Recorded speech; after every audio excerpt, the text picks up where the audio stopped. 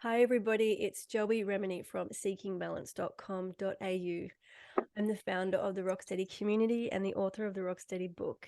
And it's always a treat when I get to meet any of my global participants and members and students. And today I want to introduce you to Jessica from the US.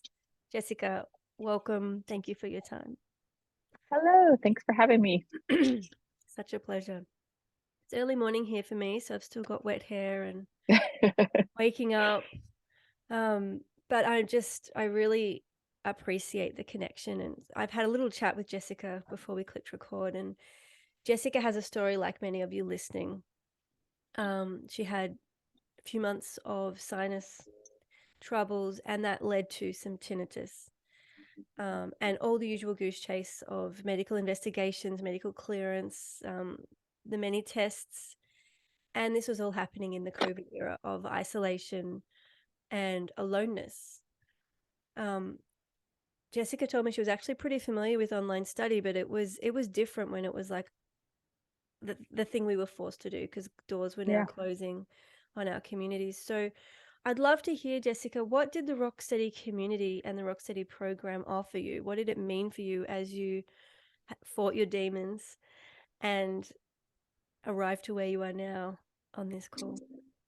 Yeah, I think it's kind of like full circle because about a year ago is really when, sensations, as you like to call them, really kind of kicked in and caused me to do like a hard reflection Hmm. on the stress and anxiety that I was really keeping bottled up inside for quite a few years.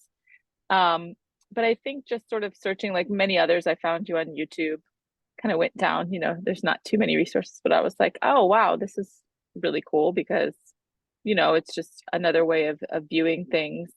But that led me to your book.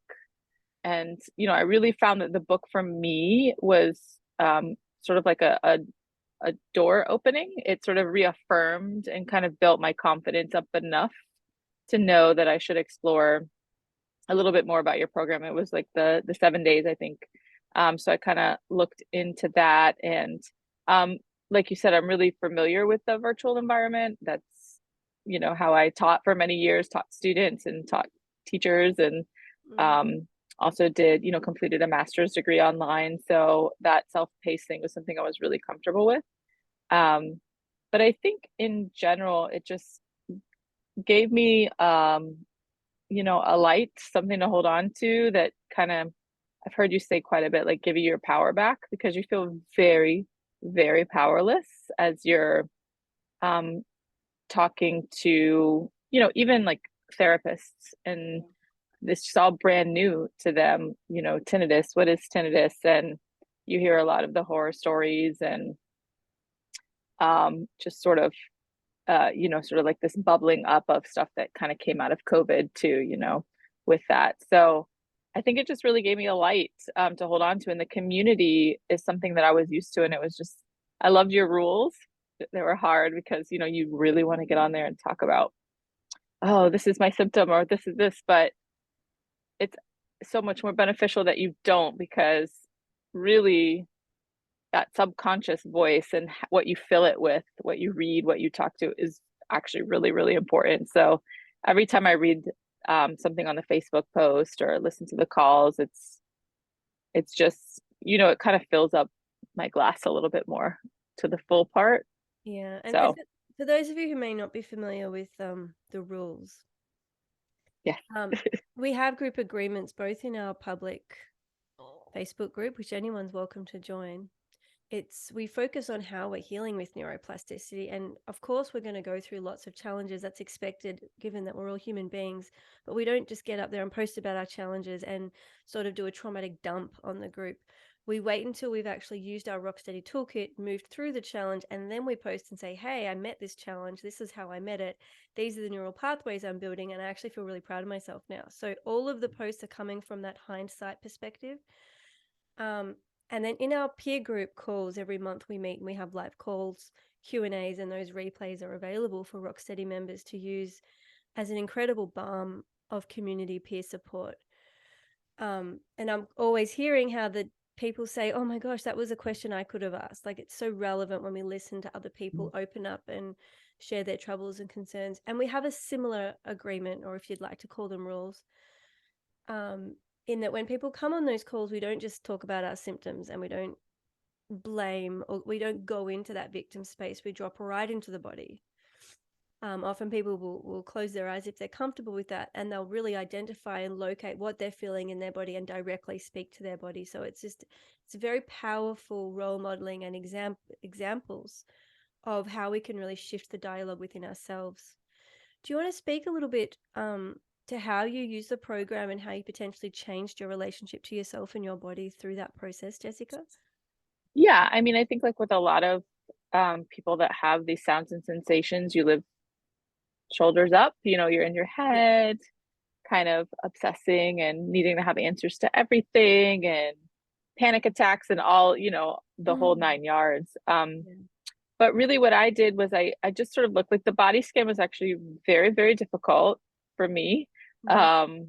Because you have to sit still in the Mm-hmm. stillness and accept everything that's coming. But I would say a lot of your I really kind of latched onto the group calls first because I wanted to hear how other people are moving through things, that there is hope, that there's, I think that's really important to hold on to is the message of hope, that your story, you can and will get there if you just sort of try to lean into everything. And the tools, like I finally started getting the body scan. I actually started doing a lot of yoga. And I know one tool doesn't really do it for you. I know you talk a lot about, kind of building up your toolkit and having all those things available. But for me, it was the only time where I was almost forced to be still. At the end with the Shavasana, that's when I started doing the body scans. And there's quite a few moments in there that I was just like, Wah! Like I just let it all go. And it's a very understanding community as well. So I think what I did was that first module, I was like, okay, just allow yourself to feel all the emotions. Like it's okay to be sad. It's okay to be frustrated. It's okay to feel happy. It's okay to move through this. So that really was a big moment for me, was like doing the body scan and also the like shoulder movements, because a lot of Mm-hmm. Mm-hmm. really tense muscles and neck issues. So that really physically, from a physical standpoint, those were very helpful Yeah. for me and just sort of loosening up a little bit. Mm-hmm. But yeah, I just really kind of went in there and I would maybe look at it like after dinner when the kids were settled down and just kind of look through things and try to find a few quiet moments of um, just sort of being with myself and just sort of letting all the emotions kind of start to come up and then trying to identify, like where they were coming from. And like what you do a lot is sort of assigning the color or give it some sort of visual component, a texture, and just sort of let it release. So that was a really big thing that the program um, really allowed me to explore a little bit more. Yeah, and I love this analogy that if the body is talking to us, or even our soul is talking to us, and the language of the body and our soul, if you want to sort of go into that deeper spiritual aspect of, we're incarnated on this planet, we are a soul being incarnated. If our Mm-hmm. soul is trying to talk to us and get us on track with whatever it is we're here on this planet to do this lifetime, and the sensations are its language, what is the message? Like if that was a text message, what would it read? And this idea of coming back into the body rather than the stories, and that's often where therapy gets stuck too, right? We talk Mm-hmm. all about the stories and the stories, but in the Rocksteady program and in our peer group monthly calls, there's a bit of context, and it's actually very interesting to hear where people are calling in from, and bits and pieces of the stories arise, which I find is really great for connecting in our humanity. And Yeah. also, you can speak to this, Jessica. Well, we're not getting bogged down in other people's stories and their woes or deeply lost in their challenges for the most part. Um, I think it's also really nice to connect and feel an understanding of them and their struggles, Yeah. and then feeling like, well, they actually get me too. Like there's a shared sense of understanding that we can meet on an equal platform, whereas out in the wider world we might actually have to fake it a bit or pretend or perform because people just don't get it and we don't know what to say. Nope. So there's this cold wall up, and it can dehumanize us. It can be very alienating. And so that's one of the messages I get from my Rocksteady community members is, this is where they learn to be human again. They learn to be understood. They learn to feel welcome and at home in this community, and then eventually back in their bodies. So do you want to speak a little Yeah. bit perhaps about your coming home to your body? And you've spoken about allowing yourself to feel through emotions again and come Mhm. back to the body. Can you remember what it felt like living up here in the head versus those days now when you're doing really well, you're really connected and you're back in your full body? Yeah, I would say the difference is I am much better at noticing the and gratitude, Mm-hmm. which was something I was deeply lacking, even though I was like, oh, I'm so grateful, I'm so grateful. But let me plan for tomorrow, the week, the next 6 months, the next 8 months, that can really drive you up a wall. Because then when something doesn't happen, that's when you start to really tense up and feel stressed out. So now I just find myself very free. Um, Maybe I'll have a day where I feel a little bit anxious and I'm like, okay, well, what about tomorrow? And then I'm like, nope. Like I kind of hear like little Jessica come out and be like, stop, nope, we're not worrying about tomorrow. We're right here. Yeah. And that's very freeing, is you Yeah. really feel like your days are very fulfilling. Mm-hmm. And I know you get it, and I know other people watching this call will get it, because you just really don't worry as much about tomorrow in the sense of the anxiety it could bring. You just really are very present. So that I think is what getting in your body will do, because if you're constantly living in your head, you're just letting it all fly by you. But when you're in your body, you're noticing, the palm trees and the Mm. squirrel running across the fence, and just sort of fascinated by like everything this earth has to offer. Before I just Yeah. it was always just big picture, big picture. And now it's the small stuff. So I feel like that's a gift in the long It run. is. And also what you're bringing up for me from a neuroscience point of view is we have these different evolution in our brain development, neural development. And the theories speak that we develop the base part of our brain first, and that gives us our freeze response, which is what we use in Mm. utero. When we're overstimulated and it's too much, we actually numb ourselves and shut down as a protective mechanism. So it's not too much stimulation all at once. And the next part of our midbrain is more the anxiety, fight, flight. Where we learn to tense our muscles and get ready to fight or to flee, to run away. And that's when we Yeah. get really caught in those anxiety loops and we want to plan everything. We want to know 6 months from Yep. now, I mean, what's going on. And this part of our brain is needing certainty and needing predictability. And it's pinging away its neural fibers going, I'm not sure if I'm safe, so I'm going to solve this problem. I'm going to really help it. I'm going to help Joey out because I'm found a problem and I'm going to fix it. And it's constantly trying to solve uncertainty and resolve into certainty and predictability. Yeah.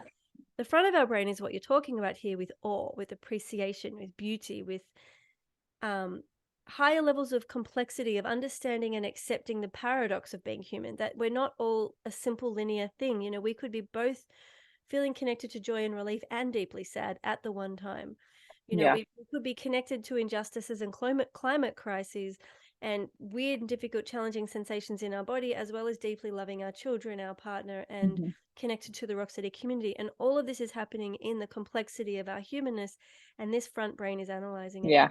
So a large part of the Rocksteady program is getting us out of these lower brain default protective defense mechanisms, which we need and they're vital and useful. But if we live there, Right. we actually get caught up and trapped in anxiety. There's not that freedom you're talking about. And so the Yeah. Rocksteady community and program and the tools are helping us shift more into utilizing this incredible prefrontal cortex, which we have as powerful mammals, which allows us to think abstractly and to really drop into beauty and awe and connection and humor and playfulness and fun. And they're all qualities we lose when we're stuck down here freaking out about our symptoms and we're literally living pretty much between the ears. Hmm. So there's just a little Yeah. kind of interesting I neuroscience. love that stuff. I love the Yeah. sciencey stuff about it. I've always wanting to learn, and I feel like you're great at it. That's also what this community does in the course, is it explains a lot of the, physiological, neurological, neuroscience behind it. Because for me, I am very concrete sequential. And I'm an educator, I'm a teacher. So I'm always like, okay, I need an explanation of this and just to know what's really kind of happening underneath the layers. So I feel like that was very useful for me too. Yeah. And I think I've actually been reflecting on this a little bit because, you know, why don't we just heal if we go do regular yoga or we go see a therapist? Hmm. Like why isn't it that simple? And I think the reality is someone could have really cutting edge world class tools and a lot of tools to draw upon, but if they have no idea how to sense and feel in their body and appropriately or like poignantly pick Yeah. the tool that's going to best match that situation physically, mentally, emotionally, or spiritually, if they don't know how to really respond with presence, all of those tools are just kind of fancy but unuseful and ineffective stabs in the dark where, you know, you may get some relief at some points and other times they're just totally not useful at all. And I think this process of getting present and responding to what the body's calling for is really at the heart of the Rocksteady program. We're practicing building that muscle of being present and responsive. It's very applicable. But I think that's also why it's so effective, because we're actually changing the brain and the neural pathways, and we're strengthening those neural pathways of our desired new normal. And that's becoming the repeated kind of metric and measure. And we're shifting deeply away from having a symptomatology focus, which is often where treatments and therapies live, in that Yeah. symptomatology. Do you want to speak a little bit about that? And perhaps, if you're brave enough, share some of your desired qualities and desired sensations and what your new normal looks like and feels like. And if you have any concrete examples about cultivating that, it could be interesting for listeners. Yeah, and I feel like something you just said there was really helpful for me as I was going through it. The more I heard, we're kind of looking for like that, oh, if I do this for a day, a week, voila, it's magic. And I think the one thing it's taught me is incredible patience. Healing takes time. Hmm. I feel like we're never really on at the end of healing. Like I know you've said that before, we're always actively healing, but I feel like in general, um, just to give myself some grace and patience, that was something that this has taught me. I know that's one of the main messages underneath all of this was to just say, hey, like take your time, slow down, self-care, all of that. Some of my desired feelings were one thing I always told myself, and I feel like many people probably, this is something maybe that the pandemic exacerbated because I did work from home remotely for quite a long time, for about 12, 13 years, was like, I don't need to go out. I don't need to like hang out a lot. I build connections virtually, which you can do it and you can do it well.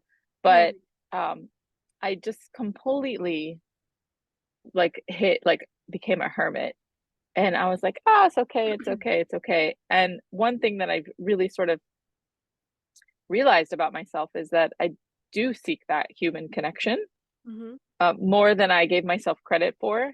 Hmm. Reconnecting with friends from the past that I sort of dismissed. Um, taking an in-person yoga class for me and joining that community was actually a really big step for me because I would just do a lot of stuff at home. But I feel like that was one of the feelings that I needed to cultivate was that human connection, um, responsibly as well. Obviously, there was, a lot with the pandemic, but um, I feel like gratitude is one that said a lot, but I think gratitude is equivalent to like what I said, freedom, at least for me, in that I don't need to know what the day is going to bring because I can find gratitude in a lot of stuff. Even the small things, even, walking my dog for the 15th time that day. And, I just like giggle at some of the mundane stuff that I was like, that's so annoying, but now it's funny. Mm. So definitely gratitude. And I think just in general, like calm and confidence. I think, just feeling really confident in my decisions and not second guessing because I needed an answer to A, B, C, D, E. Mm. I've done a lot of like crazy stuff over the past year that I never thought I would do, just sort of changing careers and doing this thing and giving up larger pay and just because I'm started seeking the confidence and the calm and the joy and the connection. So I think it's really sort of leading me down a path that I never really thought I would be on like a year or two ago. So And how does it feel in your body if you compare it back to where you were a year ago? I think a year ago, it just makes me feel just generally content. Um, I think you can have a million synonyms for these, you know, happy, content, joyful, but I feel like content is like that middle. You just, no matter what comes, you're going to just be cool, calm, collected, and content, you know, just like what I said is the gratitude into the small things. You know, I started teaching middle schoolers again, and I don't know how many times I've been told middle schoolers, but they make me laugh, you know, even when they're being silly little 12-year-olds. Um, Never in a million years would I would have gone back and taught a group of them, but I just did it. An opportunity came up and I'm like, yeah, let's do it. So it's kind of I um like, scarily amazing. yeah, So I like that it sounds like you had a lot more openness and willingness and courage or braveness to say yes to the unknown yeah, and shift it a little bit instead of, it sounds like what you're describing a year ago was more of an anxious striving and need to micromanage and control things more, yeah, to try and get this, what I would call, and I'm familiar with this feeling myself, but it's like a false sense of security. You yeah, know, well, if I just book this in, then everything will be okay, and this anxiety in my body will rest. And so I'll just book this in, and then I'll book that in, and then I'll book that in, and I'll just try yeah. and make everything okay. Whereas when we drop all of that, all of those tricks and tools, which are really satisfying that midbrain, Hmm. and we drop more into that prefrontal cortex of awareness, presence is what I'm hearing from you a lot. You know, that Yeah, presence in the yoga community, that human connection. When we're anxious, it's hard to connect to people, even actually when we're face to face. Because we're so that's true. agitated and our brain waves are so jumpy. But once we can be more present with ourselves and respond with that loving kindness, and the presence can grow, then I think we can, we have more capacity to connect. We're more actually available. Um, we're more in our body, and then we're more open to some of the random serendipity and synchronicities that may arise before us that are actually wilder than anything we could plan or control anyway. So there's a, and we know that when we've had our fill of that, we can let that go too. So it's not a life sentence that we're teaching middle schoolers. It's just, it's an opportunity. I remember I did a Cool. stand-up comedy workshop once, just purely for fun. But one of the things I took out of that was the teacher said, if you're ever, like, if life ever throws you an option, I think, well, maybe what she said was, when life throws me an option, I sit back and think, what will give me the better stand-up comedy content, you know? If I'm given, if I, and I think with that sort of sense of levity and humor and comedy and possibility, and she's like, well, what's going to make the better table conversation? Like, if I say yes to this or no, like, even if it's a disaster, it's going to create a good story, right? Maybe I should Yeah, try that. And so really being open that's to the perfect. disaster. Yeah, um I loved that approach, and bringing the humor in again is another thing that comes from this yes, prefrontal cortex, which is yeah. yeah, you can speak to that a little if you like, but the Oh other, yeah, I yeah, you go. go ahead. I was just saying, I always thought people always like, oh, you're so funny, you're so this. Like I taught high schoolers for a while when I was a baby teaching babies, and like I said, I went into a virtual platform, so you get to connect to a lot of kids, but you know, in person is different. But yeah, that's funny because I giggle because I could just picture all of them and the crazy little sixth graders and the little eighth grader. You know, they're just in such an awkward time of their Yeah, brain development. Their prefrontal cortex is nowhere to be found at times, because you know, they're just middle schoolers. They're 12 to 14 here, and mm, that definitely is much better dinner conversation because the stories that I was like, what are you guys thinking? And but they're just cute little humans, you know, they just need love too. And so it really was, and I think that's really cool what you said, because I never gave myself permission before. I always sort of like stuck to a career and I was like, oh, married to it, like yeah. 100%, never, and had, you know, a little trauma with a boss who was just, I've never met anybody, like really just traumatized me. And it forced me to divorce that job essentially and kind of go into the great unknown and just latch on to things. And I'm like, oh, I'll be good at this, but completely unfulfilling. And this just happened to be serendipitous. And I don't really know 100% what I'm doing. I just started doing this again, but take it a day at a time and, you know, let I've that got sort of continue layering on. I've got two comments I want to make, which have just kind of popped up for me. The first one was about that we're always healing. I think you said, Joey, you say we're always healing, like we don't arrive somewhere.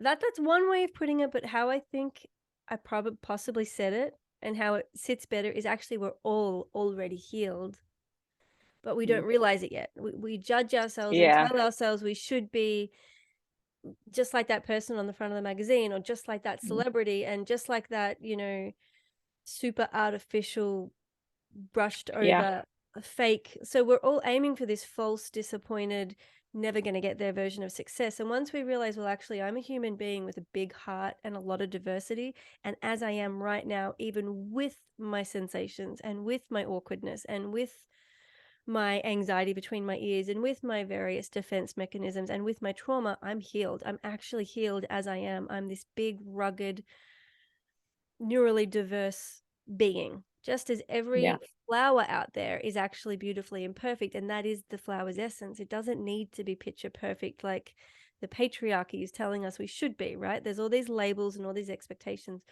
So it's not that we're all constantly healing and striving, it's that we're actually learning that there is no destination, and however I am is healed.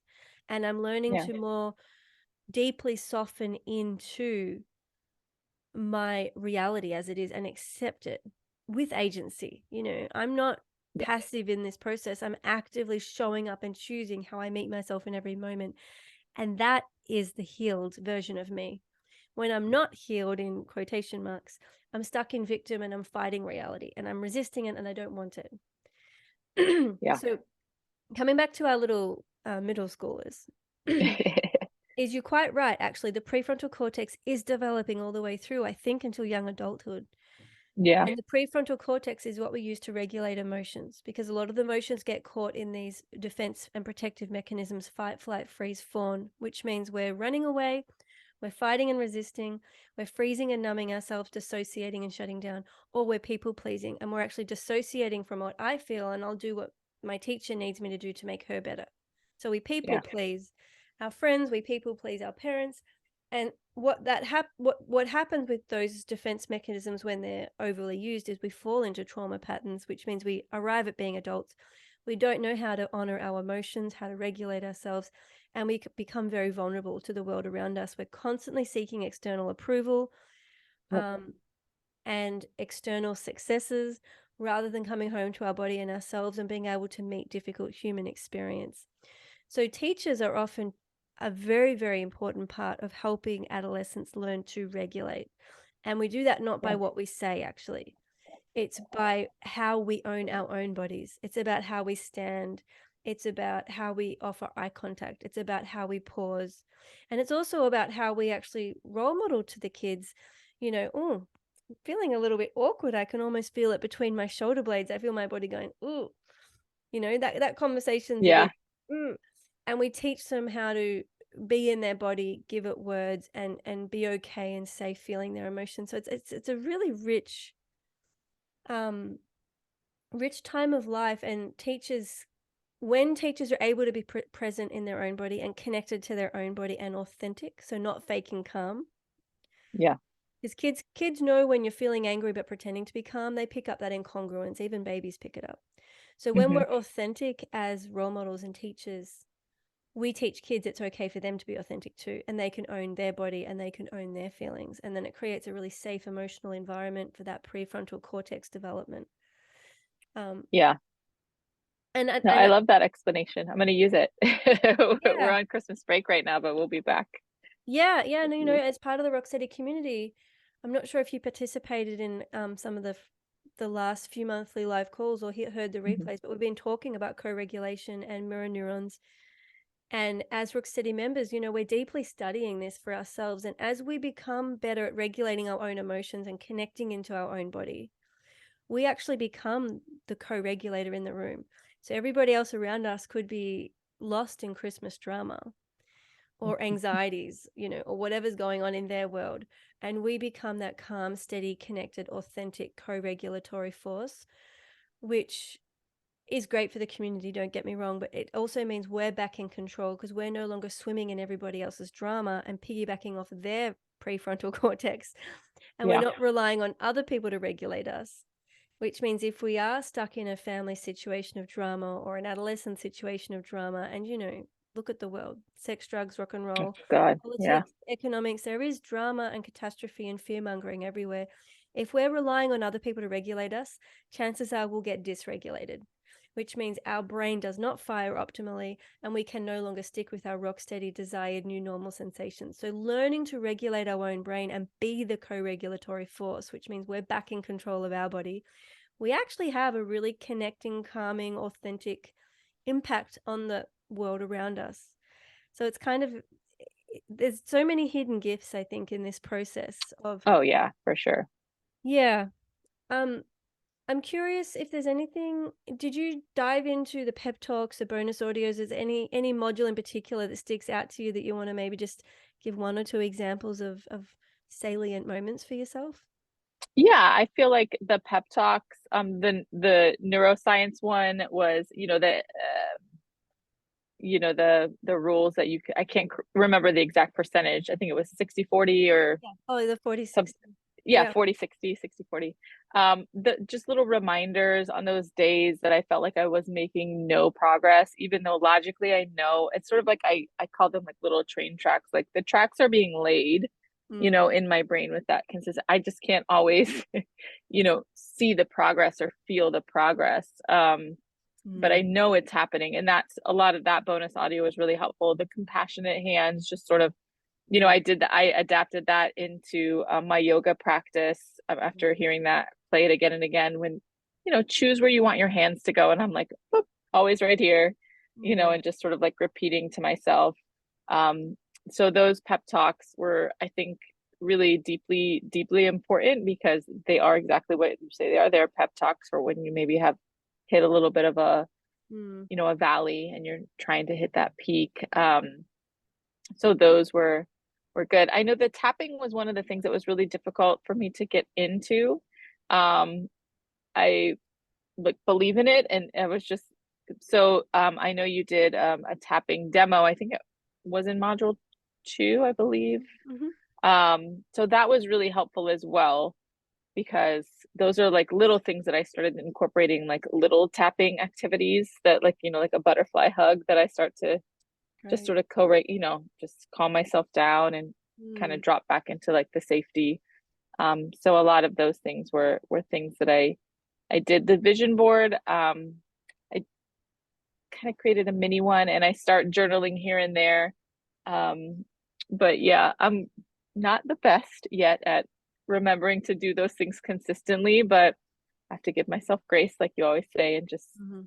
sort of do them when I can. But I feel like definitely the pep talks were um, really, really helpful. I know you added a few new ones on there, and I listen to them as I go on my walks, so Mm. those were always really helpful.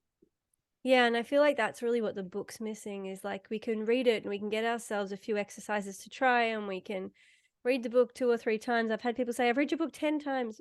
I think the program really nurtures us through the time lag it takes for our neurology system to really build these new Yeah, patterns and pathways. And actually for some people who are well on their way and just need a tiny little bit of fine tuning, the book may be enough. But for most people, I think the book is like waving a carrot and you just can't get there. Um, yeah, and that's not because the book's holding back information. It's like, well, there's only so much a book can do. It's like trying to learn the piano by reading a book. You're really probably much better off with an actual piano and a piano teacher rather than yeah, reading a book and expecting yourself to be a piano player by reading a piano book. And I think it takes time. And I also encourage my Rocksteady members who they own the program for life. So they get all the skills and right. tools and there's new things being updated and introduced all the time. They get access to the community, they can ask questions, they can listen to their peers, they can dip in and out of all the modules. Because if you go through module 1 through 6 and then go through module 1 through 6 again and go through 1 through 6 again, over years, you'll notice you're becoming a new person. And as you go through the Yeah, new exercises, every body scan is different. You never do the same body scan because your neurology is firing different in each moment. I love the standing body scans, you know, and the movement ones. And I love writing and journaling, but there are times in my life where I put that down too, and it just doesn't feel right. So it's good to have the different modalities. And same with vision boarding, you know, sometimes that is really hits a spot because it does what words can't do. And then we might not do that for another year or 5. So, you Right. know, it's good to have different parts of our brain we can draw upon. Same with music. I find music very potent for me in activating many neural Mhm. pathways. Um, Yeah. and for shifting my moods, or, you know, helping me integrate new neural pathways. It can be just really useful to have the variety of different tools to draw upon, and to know that as we go through different stages of our lives, we will draw upon different tools. And that is, of course, exactly what we expect. If it was the same Yeah. thing every day, like religious and prescription, I'd be like, is that really what your body's asking for? The same thing every day? Yeah. Yeah. And I think that's the sort of the key, is to understand, like I kept being like, okay, okay, body, what do you need? What do you need? And I'm like, not telling me. It's not telling me. I was getting, and then I was just like, okay. I think that's part of the process, is sometimes you don't need a definite answer. You just sort of have to go with it. And that's really what the program does. I mean, I was really, hardcore module 1 through 3, and then it kind of, like, I went maybe like a week, it took me to get through those. And then I allowed myself a little bit more grace and time with the last 3 modules. And then I actually went back recently and looked at did module 1 again, Yeah, great. sort of 6 months. And I was like, oh, I listened to the calls that you had on there. And I was like, it's perspective is everything, and kind of giving yourself enough time to allow your body to, like you said, like, just really build those new neural pathways. And there's no fast track to that. It takes, a lot of time and a lot of patience, and just sort of a lot of, like, compassion, and really, just knowing that 6 months from now you'll be a completely different person than you were 6 months before. And not in a bad way. I feel like, you know um I guess the word is like a new normal, or I'm not trying to go back to normal, but there's essence of Jessica that were uniquely me and that I loved. And I feel like we're just sort of building onto that and becoming, like shedding a skin. There's still me there, and I still enjoy all the things that I felt like maybe I was a little too anxious and freaked out about at first. But just sort of like sitting down in the stillness, binge watching like a cooking show or something, or I'm like, wow, I just sat and read a magazine, for literally a food magazine, for like 20 minutes, and I didn't even think about anything. I just really enjoyed the pictures and all that. Mm. So those sort of normal practices that I enjoyed, I feel like this program is what really allows you to slowly just build and build and build. And Yeah, then you get to choose what you need. Some days it's yeah, this, some days it's that, some days it's like, nope, I'm just yeah. going to sit here. And So, I think it's really important to trust the innate intelligence of our body. And our body is saying something to us, and it's probably saying something's not quite right, and we don't know what that is yet. But if we start to look at the physical, mental, emotional, and spiritual aspects, we'll begin to feel in and really discerningly choose different choices. So we're not just stuck in these perpetuating cycles of anxiety and symptomatology that all they feed on themselves. When we can pull ourselves out of that and start using this amazing prefrontal cortex that we've been gifted with birth, and really learn how to use the power of neuroplasticity and co-regulation and self-regulation, we really do become a new person, you know. And that's what I hear from my community members, is this program really creates an entire new person. We don't lose our sense of self, we gain our sense of self, but who were we prior to that? And often we're grieving this loss of an illusion, or this mhm. delusion of who we thought we were, or who we thought we should be, based on how the world told us we should be, or how we should look, or how we should talk, or how we should dress. And we're starting to let go of the clutch, and the gripping onto those delusions, and we're starting to realize, well, who really am I, when it's just me and my body. And I start to shed all of those expectations and judgments. We Yeah. choose differently, and we become a new person in the most, uh, I think, gentle, insightful, and beautiful ways. We live differently, we feel differently, we connect differently. And I want to say we put ourselves first. And that doesn't mean selfish or indulgent. It Hmm. means we're actually using our body as a barometer. And when things don't feel quite right, we listen to that, we take heed. And that does not mean we dismiss other people or let them down or walk away. It means we actually role model to other people how to be connected to ourselves and connected to our authenticity without pretending or pushing through, which means we give them permission to be connected to their self and that they don't need to pretend or push through either. And we can really put ourselves first in the most subtle and gentle ways to be more full, to be more creative, to be more full of possibility, and to have more life force and vitality to give back to our community. So it Yeah. really, it shifts the dynamic. Yeah. And I think that that's definitely, something I have a 9-year-old and a 15-year-old, two boys, and it's interesting parenting a teenager and a 9-year-old at the same time. But it's something that a year ago I would have just sort of done that dismissal, like, oh, don't cry like that, or I know you're frustrated. But now with my 9-year-olds, especially, he's very emotional and very empathetic, little spicy soul. But now I'm just like, okay, let's feel it. I'm like, what are you feeling? And just let it come, let it, and just sort of like move through it. And I was like, whoa, just kind Yeah. of having that direct impact on my own son or on the kids that I teach, or and by modeling that, or me going to yoga, I never would have done that. And Right.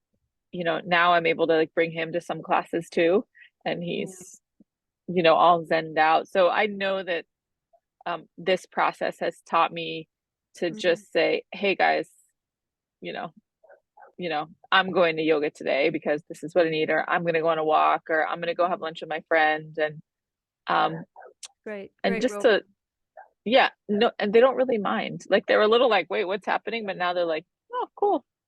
you Mhm. know um so I feel like that's really important as well, is to just sort of understand that self-care is not necessarily about buying all this Mhm. stuff and doing all that. It could just be about, hey, I need to literally go have a cup of coffee by myself at Yeah. the cafe and look at the ducks or whatever you find fascinating I need time you know away from you so I can miss you and come back yeah, exactly. and And I feel like, enthusiastically. yeah, yeah, especially as like a working mother as well, it's Yeah.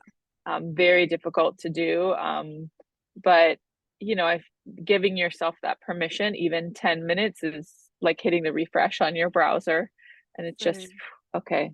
Yeah, and little by little you kind of, Yeah. come back a little bit more fulfilled. So I think that's another big message as well, is just that's what this program also, I used to be like, no, I'm going to go up to whatever coffee shop and I'm going to listen to this audio and just sit there and do that so that nobody found me. Mhm, mhm. So that was also a good little tactic. And when you shared about your 9-year-old or any of our children being emotional, because there'll be lots of listeners who are parents with Yeah. children. As I dig into this tunnel of neuroplasticity and neuroscience and connection, and I'm learning more and more and more, and I have my own children now, so I've got new questions. It's not just about symptoms anymore. It's like, well, how being fully human, and what does it mean to develop a healthy brain from childhood? These are some of the questions I'm naturally following. And what I'm learning in this process is as we welcome our children's emotions in and let them flow and invite them to, where are you feeling this in your body? And, how's that going for you? What's it feel like for you? And they may not have words. So a really curious kind of road I'm following now is we have this co-regulation thing going on, felt sense, which means whatever's going on for my kids, I feel, whether I'm aware Hmm. of it or not. I feel their nervous system. My nervous system is picking up on it. It's innate. Yeah. So when they're angry or frustrated or sad, my nervous system responds, and it very subtly dysregulates me on purpose. This Yeah. is Mother Nature's intelligence, so I can meet them at their level.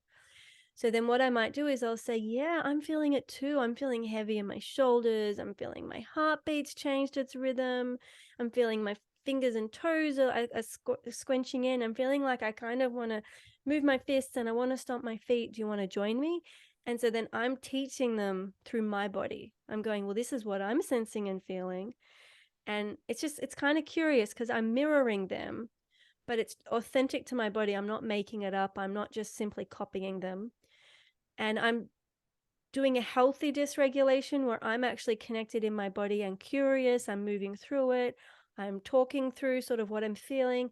And they can get on that roller coaster with me and ride the wave back to regulation because I'm giving them that guidance. We might take a breath together, or we might go outside and look at the moon or look at the trees, and we co-regulate together. But I'm actually going through the paces with them. And a lot of parents, I think, feel that they have to be calm and they have to be perfect. And so they miss that felt sense, that attunement, and that letting their children dysregulate them so they can come into their body with the children and come through the emotion in the body with the children. So it's really, I think, valuable to not only ask our children, how is this going for you? How are you feeling it? Where is it in your body? But to actually lead the conversation by saying, I'm really feeling a heaviness in my heart and my chest. What are you feeling? Like actually using our body as the guide. I find that I feel powerful actually in that. That's why I wanted to share it.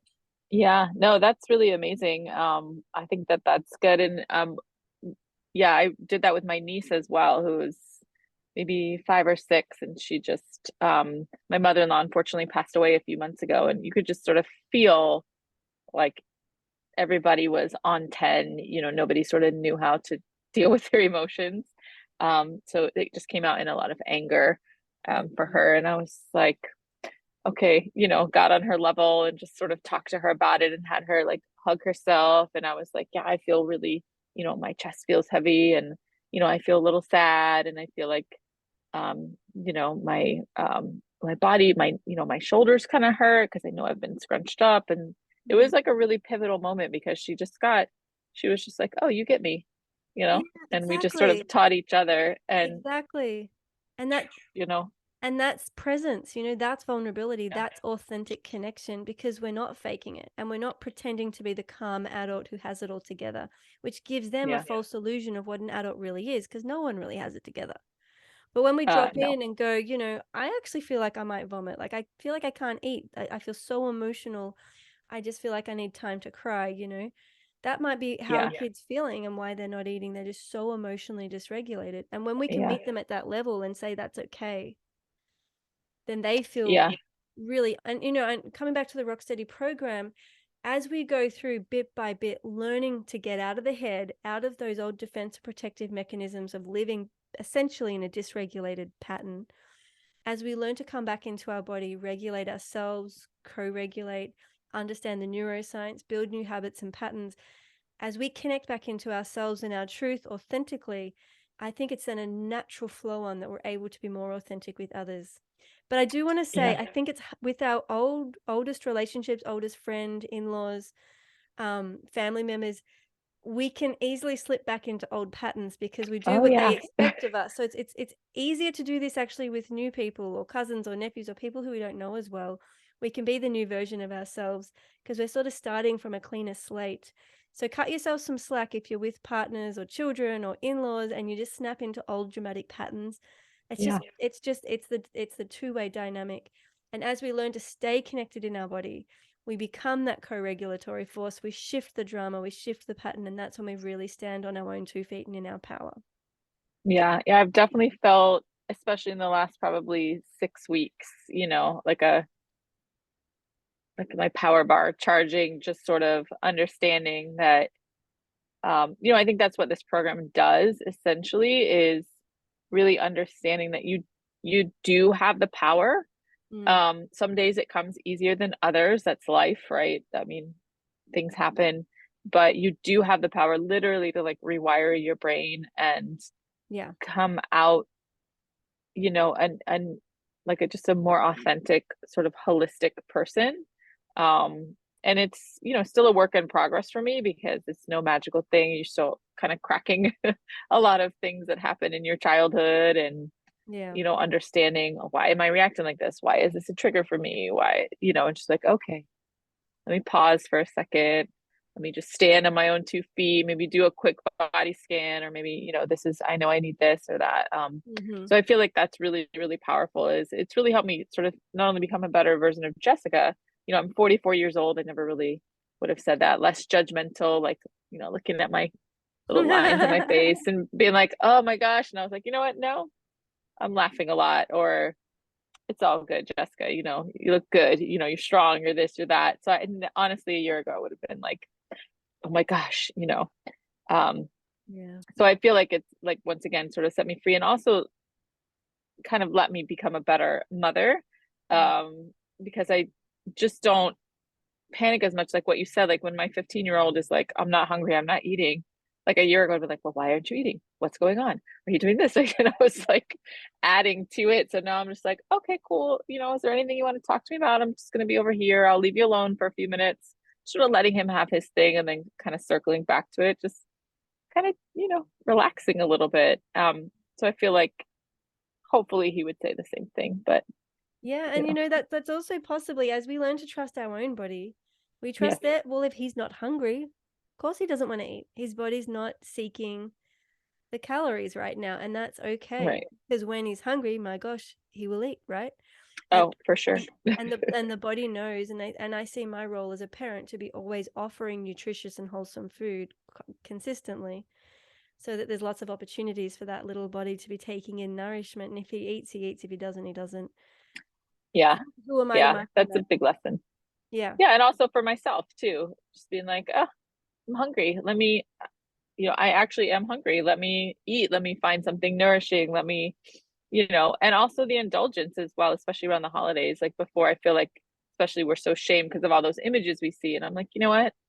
I am going to have a cookie and I'm going to enjoy it. And, just really like noticing it. Mm. Um, and just also noticing that there's a balance to that, obviously taking care of myself with exercise and hydration and all of that stuff. So I just think like you just drop the judgment a lot, and you really learn, like you said, trust is a very hard thing to give to other people and also yourself. Mm-hmm. um and I think that's really what this did, is just really learning to just drop into just trusting Mm. myself, my everything, brain, body, and also the process and sort of what the universe has in store for me, and just sort of I'm so falling into that. I'm so pleased, and it really warms my heart to hear that it's had that flow-on effect into how you mother your children. It's Yes, it's not an easy thing to do. With it's, and you have little ones, I'm sure, but um, it's an interesting thing as a mother and as a teacher too, because I kind of see all ends of the spectrum. But yeah, I mean, I just kind of look at my just hope that I can be a good role model for them, and um just just relax a little bit, like Mhm. I'm Yeah. safe, they're safe, we're healthy, and just appreciating all of that, I think, is sort of like my day-to-day thing, and just using this program to reaffirm that, Mm-hmm. even if it's like the 5-minute pep talk, or just listening to a group call, Yeah. and listening to There's, that there's a lot is of helpful. richness. Yeah, and keeping the Yeah, curiosity alive keeps those neural fibers searching for the new network, so that we can keep shifting out of those old stuck symptomatic patterns and neural maps. Thank yeah, you so much for sharing how you've been a part of our Rocksteady online community yeah. and program. And it's just such a treat to meet you. Just, Yes, you too. yeah. And I'm glad, sorry, it's nice and beautiful here in Florida, and sorry it's so hot and wet in Australia right now, but we get that in the summer here. So, Yeah. Always been quite nice. Been quite nice. Good for the garden to have lots of rain. oh, good. Nice. If you had any parting words of wisdom or encouragement for yourself a year or two ago, what would that mantra be? What would you say to your younger self? Oh man. I think it's so cliche, but it is sort of just sort of trust the journey. And I think also just understand that, your body, my brain wants Yeah. to heal. and find some sort of like, homeostasis, which I feel like we really weren't. It's like it's constantly seeking that. So you just have to, when it's a little out of whack, or if you hear sensations or this and that, and it kind of throws you a little bit, you really just know one day you won't that's always a difficult word for me to say, freak out about it. Yeah. And you just be like, oh, okay. You just kind of let it pass through you and say, wonder what's going on. Oh, I haven't slept enough, or I have been worried about this too much, or so it's very, it will be a, a gift to sort of self-regulate and Yeah. allow yourself to get back to that state of just, wholeness. And and I think just sort of hold on and just know that if you're really open and ready, if you're truly ready, that a program like this will allow you to be like the greatest teacher that you've ever had. Mm. Um and it the education never stops because there's always something new to learn. Yeah. I feel you. I hear that. Thank you so much. Ah, May the gift keep on giving, yeah, and may your new normal and your new desired qualities just keep following you, so that thank you. you're rock hopping from, those contented places you're developing, just ongoing. And may you meet any future challenges gracefully. Yes, I feel like I am handling things a lot. I'm just like, whoa, who's this girl? How did she react like that? So cool about that. But I feel like that's the gift is, just Yeah. sort of let life happen. I think, let life happen. I think it was maybe Tony Robbins that life happens for you, not to you. So, I feel like that this kind of program links up. It's true. It's everything's happening for you. So just sort of understanding the messages and Including our trying. symptoms. Symptoms and sensations happen for us to listen into. They sure do. The body keeps score. That is 100%. It's all stored in here, and you have to, find ways to just tap into that. So Yeah, beautiful. I can hear a little 2-year-old knocking at my door. I Thank you so love that. much. And it's Thank you. a bye for now. For those of you who want to follow me further, visit seekingbalance.com.au. I'm Joey Remenyi. Check out the Rocksteady online program. You're so welcome to join our community. It is a very diverse community, and we would love to have your voice to be a part of it. So it's a bye for All right. now. Awesome. Bye. Bye, Jessica.